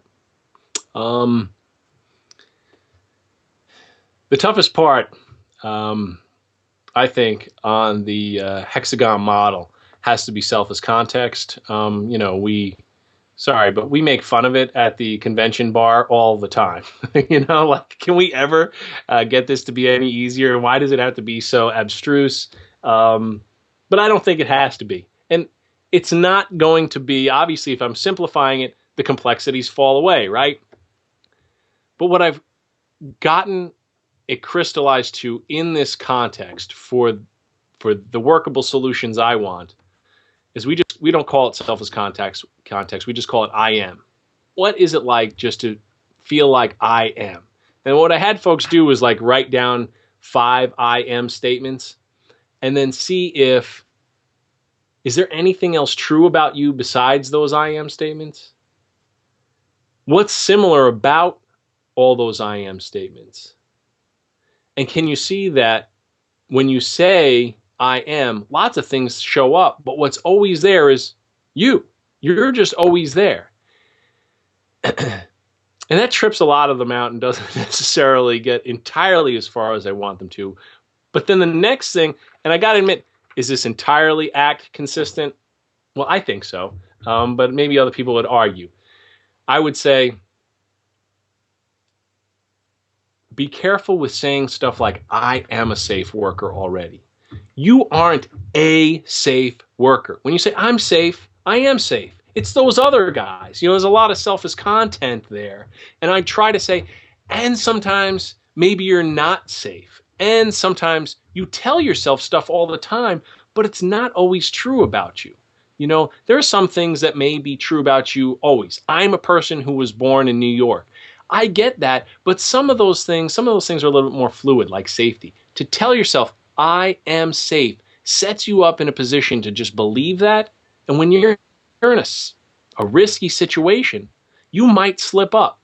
So let's just have the experience, I am.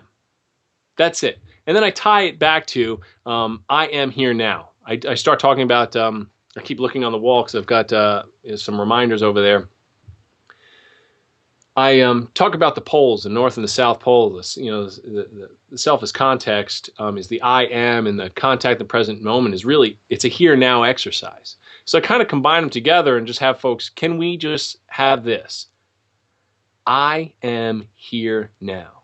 That's one of the most profound and helpful statements. Like, you can just center yourself with that. If you're about to go into anything, Boilermaker, wouldn't it be neat to just be unencumbered by any kind of evaluations that you put on yourself, any labels that you put on yourself, and be there then. Sorry, I'm using proper grammar. And be here now, not thinking about tomorrow, not thinking about, the next job site, not thinking about yesterday. I am here now. Who could be more safe than that? Do you think that, Chuck the Iceman Liddell is thinking anything besides I am here now when he's about to do something, competitive? And so I kind of talk about it a little bit like that. So I don't do a lot of self as context, and this is self as content, this is self as process, but I just put people in contact with the idea of I am and nothing else. And then I tie that to here now, and we do the experiences, and we also do an observer self exercise like in the 99 book. We actually run through it, but it's probably about 10 minutes to do something along those lines. And I like to weave in mindfulness there. And I ask for some permission, as you're supposed to do, and as I always like to do, for folks to just let me, and I say this during the talks, let me do 2 weird things. I know you probably think I'm going to do 2.5 hours worth of weird things. I don't think so. But I'm going to ask you for your permission to do 2 weird things. And one of them is the observe a self exercise, and the other is like a 5-minute, mindfulness exercise. And when I did the leadership summit, we did kind of like the raisin in your mouth thing, except with Starlight candies, and just had people experience the here and now. And those things seem to go over pretty well. I don't remember which training I did it in, but maybe it was the first or the second. But like a group of guys who were really interested in the martial arts came up to me, and they started talking to me about how they already knew a lot of that kind of stuff, and they never really thought to have it bridge to their work. I want to keep moving, so unless you had a question, it looked like you were reaching for a microphone. I kept it as accepting. I said, I am here now, accepting what shows up. You can't get rid of how you feel. It's impossible. And then I really just start using experiences that they've probably had, not to paint with a broad brush, but I like to talk about, the creative hopelessness and experiential avoidance that goes on with a hangover. What's a great way to get rid of a hangover? Drink, just wake up and have another shot or start drinking in the morning. But how does that solve the problem? Do you see how some private events, and I'll just say feelings, urges, frustrations, things that you have privately that no one else can change outwardly, and sometimes we can't see them, these private events, I call them, can you learn to accept them? That if you cared about being healthy in the long term, you'd probably tend to continue drinking in order to get rid of your hangover. And we talk a little bit about an example I have about road rage. You're on a date with a woman for the first time and someone cuts you off and you say, I can't be disrespected. I hate being disrespected. I don't want to be disrespected in front of this woman right here. Being respected is really important to me. So I'm going to show this guy who cut me off. You zoom up, start flipping him off, tell him to pull over, blah, blah, blah. Guess what you've just lost? You've lost the respect. You've lost the woman's respect. You've lost a little bit of your self-respect when you could have just accepted the feeling of having been disrespected by someone cutting you off. Who knows what the context was? But then, you have this feeling of having been disrespected. Of course, there are thoughts that are in there that need to be diffused from as well. But then you do something that isn't very self-respecting. And, flipping someone off or giving someone the finger for passing you isn't going to get you the respect for the woman you're on a date with. So then I asked them to generalize that to frustration of showing up to work on time, the urge not to do the safe thing, I'm just too tired to go down and get the safety harness. It's just one more bolt I have to screw in, that kind of thing. I start to talk a little bit about diffusion and the urge just to kind of cut corners, so to speak. So we call it accepting. I've taken some liberties, and I don't call it diffusion when I'm with them. I call it acknowledging. Can you acknowledge that you're having a thought? And I'm still working with whether we're going to keep it as acknowledging, because sometimes acknowledging means, there's some truth to it. But can you acknowledge the fact that you had a thought? I had the thought that this isn't really worth my time to go get my safety harness. I'm having the thought that, I left my safety goggles back at the shanty. It doesn't matter. I won't need them. Thank your mind for that. You know what you're committing to. You've been taught what the committed action patterns are supposed to be. You know what your values are. Go back and get your glasses and acknowledge the fact that you're having a thought, but don't dignify the thought by listening to it. So we actually do, we do this kind of triumvirate, I like to call it, where blondes have more, and of course they have to say fun. Then you talk about, you don't always have to, you can't stop yourself from thinking certain things. And so we do the regular, I'm not going to take any more time with this, but the rigmarole, you can't help but thinking things. Of course, words have an impact on you privately, and you can diffuse milk, milk, milk, milk, milk, lemon, lemon, lemon, lemon, lemon, lemon. And we do those kinds of exercise with the folks at these trainings. And then, the committing is just simply, I just call it committing or while committing to. That's mostly the safety training that I almost have nothing to say about. But I say, that's following the OSHA guidelines. That's listening to your managers. That's listening to the foreman. That's standard operating procedures. There's not a lot to it other than the fact that you can't do that stuff by not doing it. You can only do that stuff by actually executing that stuff with your hands and your feet. But finally, I don't call it values, and I don't get too crazy into talking about values history and why we call it values. I call it what I care about, and so we just make a list at the top, and everyone's already familiar with it when you're talking about interpersonal relationships and family relationships and citizenship and recreation. That whole list is under a heading of what I care about, and I ask them to think about it. So instead of imbuing it with something that might sound like it would be distracting, like let's talk about your values, because that's easily confusing for folks. I don't mean to denigrate the whole model here. I'm just saying I'm now making it easier. What I care about seems to be a little bit more colloquial. But the neat part is at the end, what I've done is I've made a sentence with the hexagon model, and it's I am here now, accepting and acknowledging while committing to what I care about. And that in and of itself can be a mantra. I'm definitely not trying to brainwash people, but the I am here now, accepting and acknowledging my obstacles while committing to what I care about is kind of, to me, the crux or the essence of a boiled down ACT intervention. And what that's going to lead to is this psychological flexibility. It's going to allow you to commit to the things that are important, be present with the things that are obstacles, and do things right now. That's how performance gets increased. That's how you live a life that you really care about. So that's what I've done.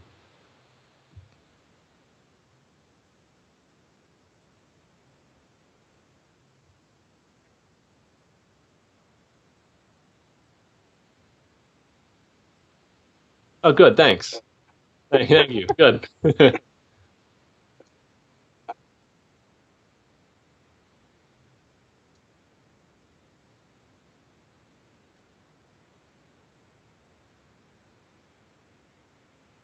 Yeah.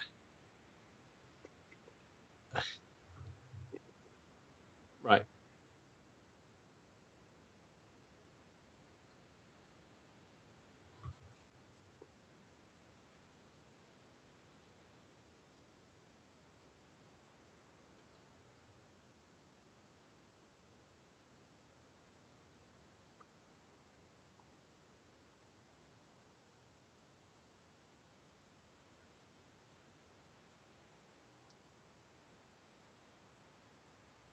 Right.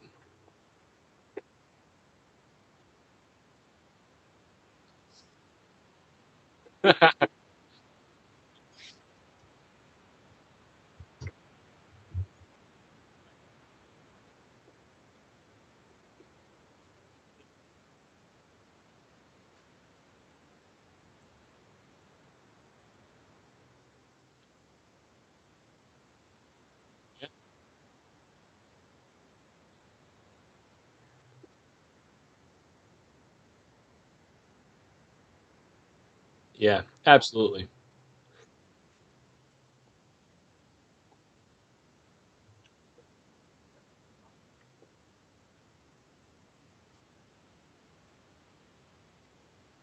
Yeah.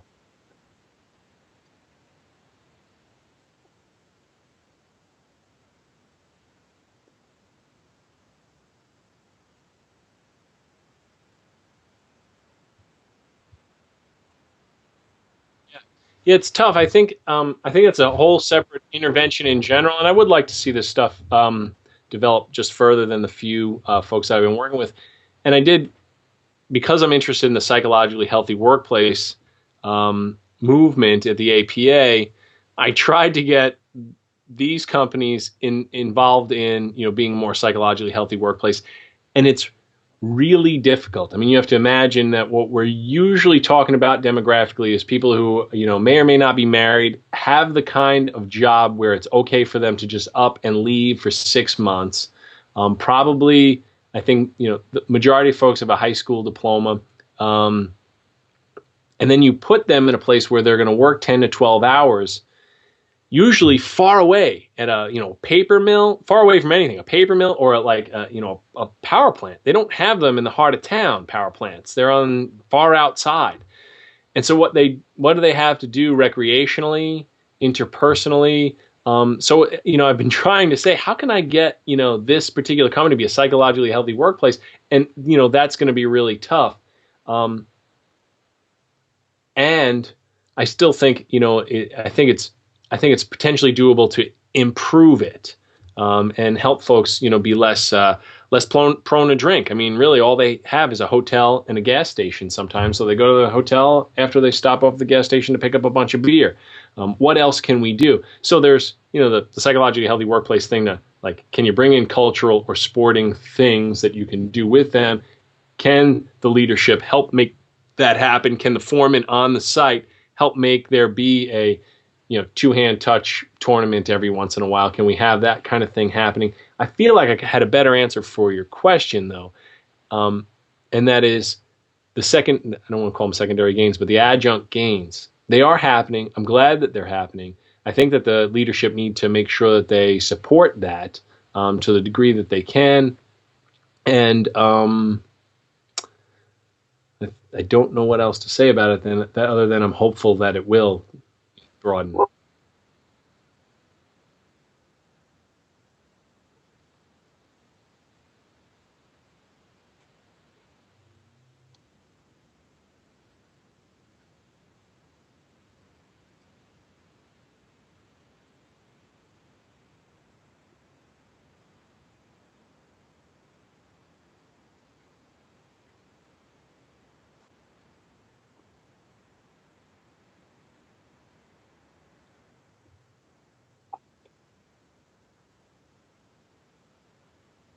Right,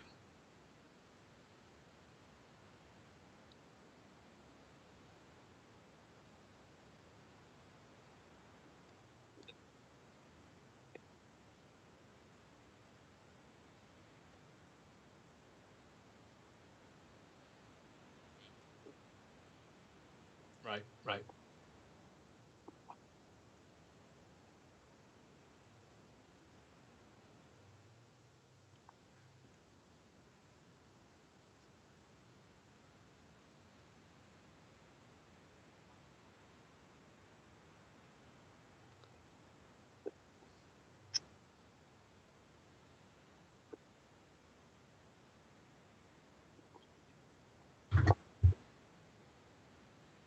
Right.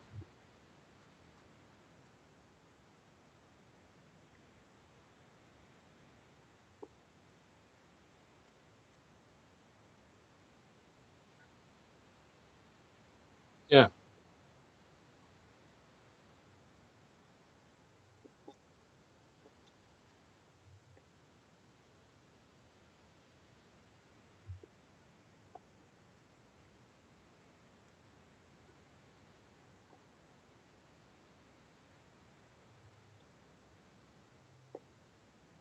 Right.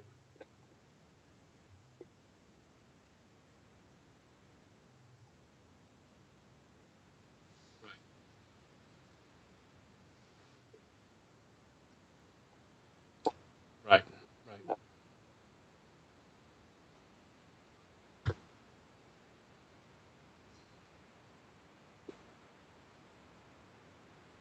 Sure. Right.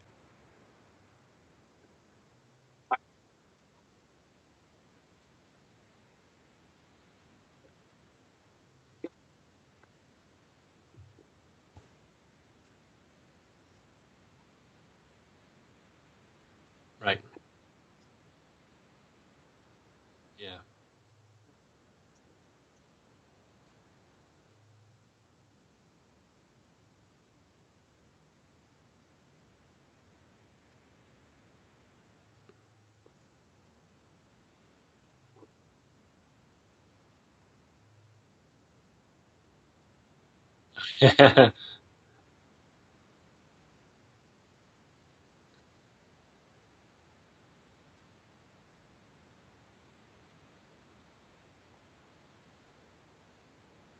Yep. Right.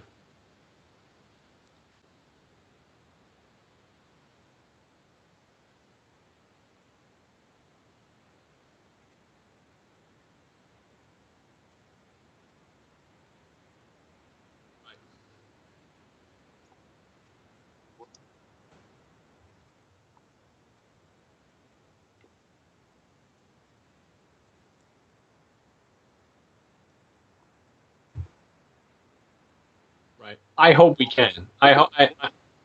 Yes. No, that's all right. And I have to say that now that you put in voice to it, it's reminding me of some of the things that have happened while I was there. But they already are.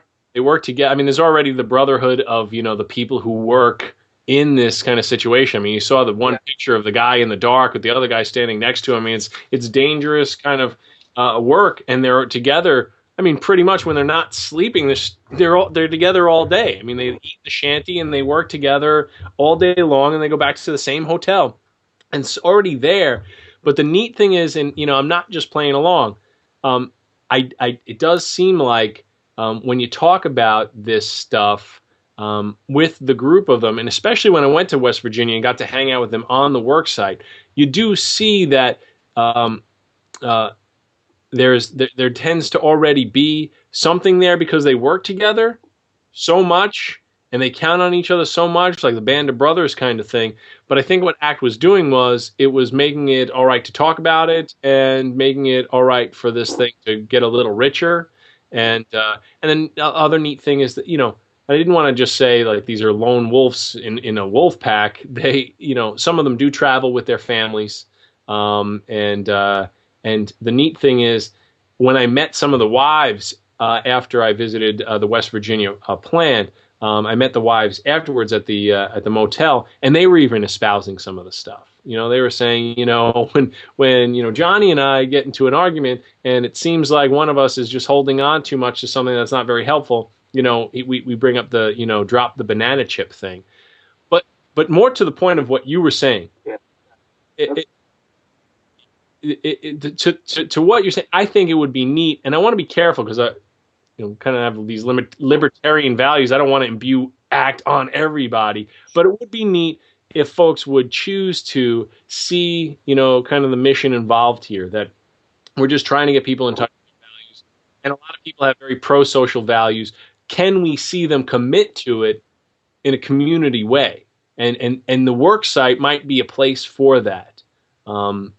Yeah, the work site might be the place for that. I mean, like you said, you called it a hub. I like that. Here's a place where your pro-social, pro-humanitarian values that you might not even have clarified yet. What if we were to clarify them together as a community and let you act on them in a committed way with other people who have done the same? And maybe that is what a psychologically healthy workplace will eventually be. Right.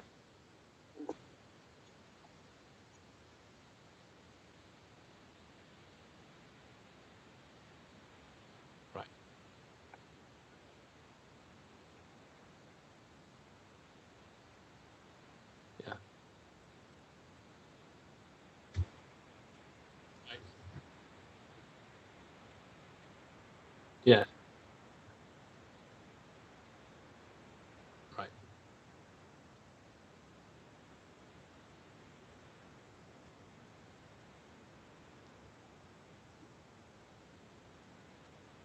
Right. Yeah. Yeah.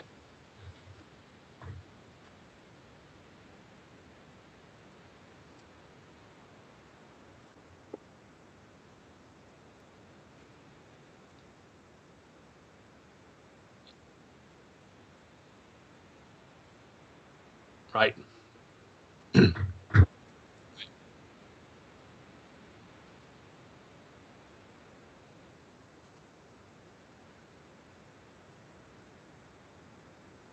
Yeah. Yeah. That's why I'm glad that this came up in the context of also Trinity having won that Psychologically Healthy Workplace Award, and then just getting connected to a whole bunch of other folks out there who are, interested in the same mission. But I think I was the only behavior analyst in Washington, D.C. the last time I was, I was at that conference. It's just mostly that kind of pop psychology APA approach. And I don't mean to denigrate it, but I don't know how much time it'll take for the buy-in model. But the neat thing is, there is no prevailing dominant model yet, this psychologically healthy workplace approach from the APA does seem like a nice place for us to start knocking on and saying, hey, why don't you let us in? We got some good ideas.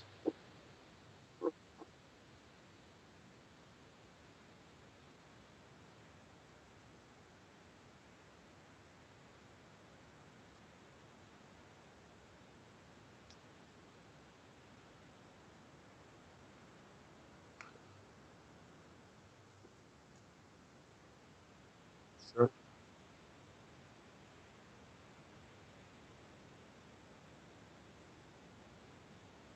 That's right.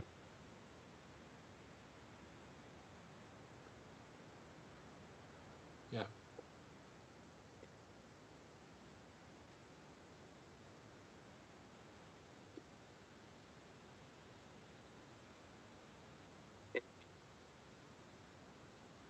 Yeah.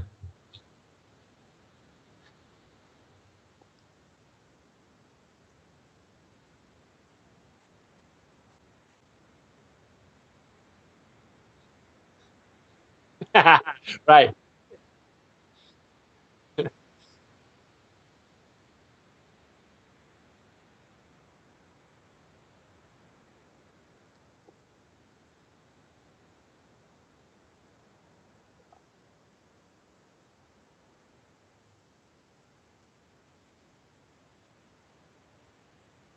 Right.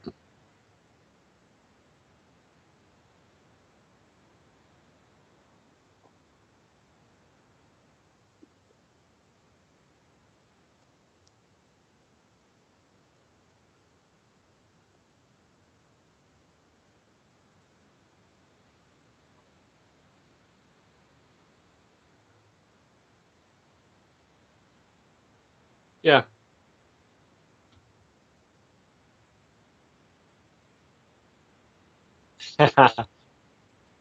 Right. Right.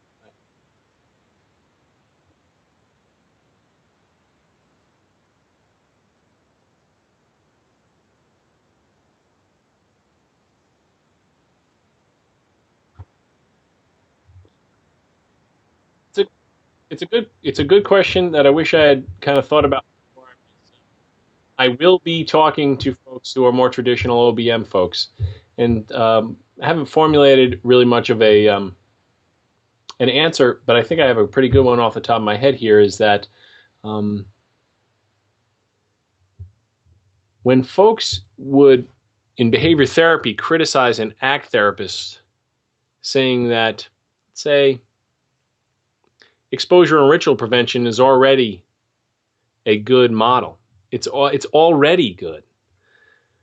I say, well, then I wonder what it would be like to have uh, an ACT approach to exposure and ritual prevention. What works? The empirically supported treatments. That's part of that committed action arm on the Hexaflex. There's nothing that's going to be ignored. If it worked, and we're pragmatic to the core. I'm not going to issue anything. Checklists don't get thrown out of the plan just because we're going to do a values assessment. If it works, we take it. And if there are OBM folks watching this and critical, I'm critical too. I really am. I'm also optimistic, but I don't let my optimism cloud things. I just think that it's okay to be optimistic about something. There is that article that I talked about a little bit further about the greatest dangers facing behavior analysis today. I think too many times we're not willing to step out and try something. I won't try it by ignoring something that I know that works. We're trying to add things and see what extra we can add to move the important dependent measures more efficiently. So nothing in BBS is going to get thrown out. And if there are critics, and this takes a little bit of gumption to say something like this. Before you do criticize, I have to say that most critics I run up against don't know the ACT model. Don't tell me that ACT has no place in the workplace, because if you call it that, then I know you haven't read the stuff yet. We are based in behavior analysis. And most of the critics that I have run into just don't have the platform. The OBM critics, I hope that there are a lot of them, because I would like this to become, sharpened. I would like this to become an intervention that supersedes what we already have. I want there to be a next thing. I want there to be a post-act for safety, a post-BBS. But it's going to need some attempts at something new, something combinatorial to get there. I mean, that's the only way we're going to get some level of complexity, is by having something that combines with something else that already works. I don't think something that already works is just going to continue to get more and more already working. I think we're going to see things branch out, combine. And so if you learn the ACT model and not the ACT model, you learn the ACT model, I think you'll see that it is rooted in behavior analysis. I'm a dyed-in-the-wool behavior analyst myself. I'm a BCBA. I've been a member of ABBA since 1994. Kurt and O'Brien, I revere them as my supervisors, and I still will say what I've learned to them gets me to where I am now and makes me perfectly comfortable combining OBM with ACT so far. And I'm going to let the data make the final decision. Cool.